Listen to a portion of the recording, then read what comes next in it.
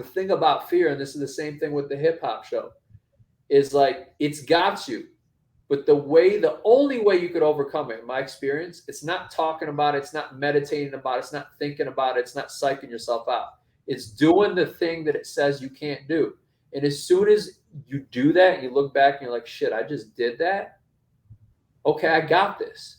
I'm a little more confident. Now I'm still scared, but you got a little more courage. You got a little more confidence in yourself. And the album was called No Excuses. That's what it was. And that was just a message to myself, right? To just like, shut up and put up, right? I mean, like, we all, doesn't matter whether you got a disability or not, we all got fears, we all got anxieties, we all got reasons we make up in our mind why we can't do something. But, the only way you overcome fear is you look it right in the face and you punch it in the mouth. And that's the only way it's going to shut up, right? You got to give it some practical data points of like, oh, you say I can't do it? Well, I just did. So I know I can. What you're talking about, negative to positive thoughts, there's something called neuroplasticity that I believe in that, is like your brain is like Play-Doh. It's malleable, even far after it's developed, right, through conditioning. And it's the same idea with a spinal cord injury, right? That's why through repetition, we could create new pathways to create new physical movements. You could do the same thing through thoughts, right? So a negative thought is a system of neurons firing in a particular order. A positive thought has a separate order.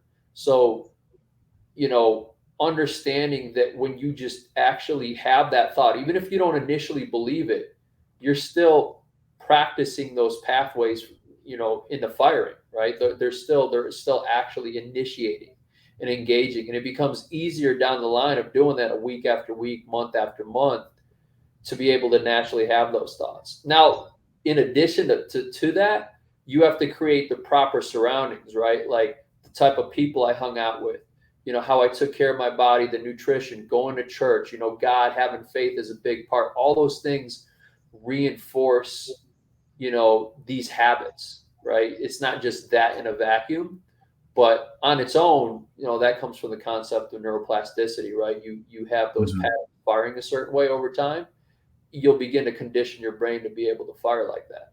This concept called organic intelligence. And it's what our bodies just do naturally, where we don't need to do anything. It's kind of a natural form of meditation where when you're just sitting out, you could do this anywhere, but in the woods or in nature, it's most easy to do because we're so distracted 90% of the time.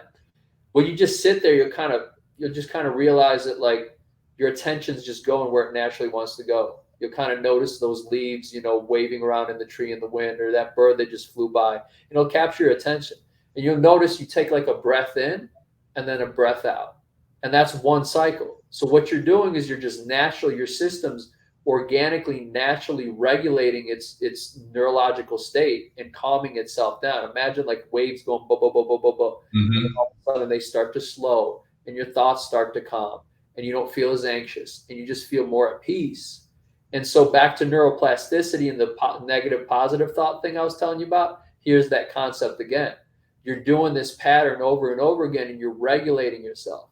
And so now when you go out in the real world, you're just a calmer person.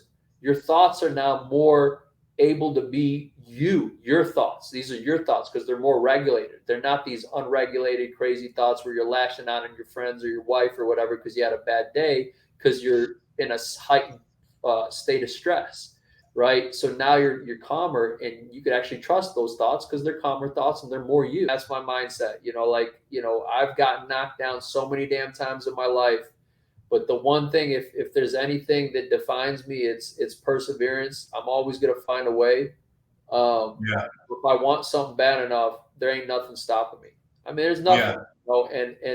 And that disability in that sense, my biggest cross has at the same time been my biggest platform to stand on because the skills that I've had to learn by having to deal with this, right? Like I got to do what I got to do every day. It's not a choice. It's like, if you want to get up, you got to do these things. If you want to walk, you got to do these things. It's like they ain't gonna do themselves. So it's like, that's what it's come down to. And everything that I've had to do in my life, including making it out of those woods that day, has just been like, you got to man up. You got to just make it happen.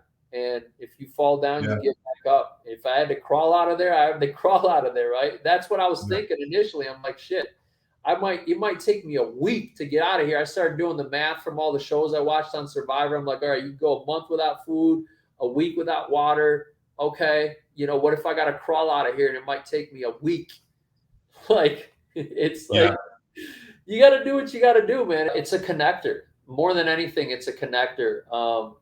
To get you outdoors into the community, into the trails, getting out there, exercising, traveling, meeting new people, being a part of the community, and just living life. So I mean, that's why I became an AMTB mountain bike instructor. Just sending it. Like, you go to Whistler, these guys are 20 feet up in the air.